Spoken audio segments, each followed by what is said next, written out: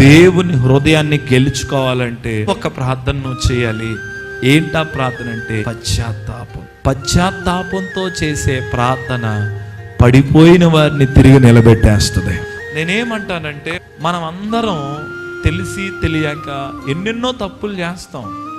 No one is perfect. ఒక కొడుకు తండ్రి ఆస్తిని పాడు చేసి వేశ్యలతో తిరిగి ఇష్టం వచ్చినట్టు తిరిగాడు. అమ్మా తెలియక కావాలని. కానీ మనం పాడుతాం, తప్పు తెలిసి తిరిగి రాగా తండ్రి అతని చేర్చుకోనేను. కొడుకు పశ్చాత్తాపడ్డాడు, తండ్రి హృదయాన్ని గెలుచుకున్నాడు. నేను ఎప్పుడో విషయం చెప్తాను, చాలా పొరపాట్లు జరుగుతాయి.